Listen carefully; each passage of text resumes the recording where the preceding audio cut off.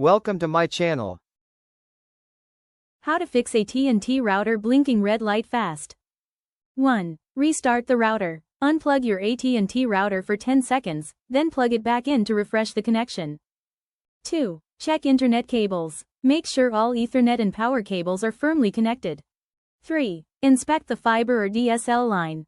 If you use fiber, check that the ONT cable is secure and not damaged.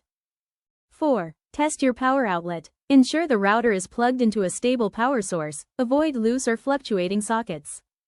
5. Move the router away from metal objects. Interference can affect connectivity, so keep it in an open space. 6. Check for AT&T service outage. Use the AT&T Smart Home Manager app or website to see if there's a local outage. 7. Factory reset. Last option, hold the reset button for 10 seconds to restore the router to default settings. 8. Reconfigure the router. Use the AT&T app or web interface to set up your network again. 9. Try a different WAN cable.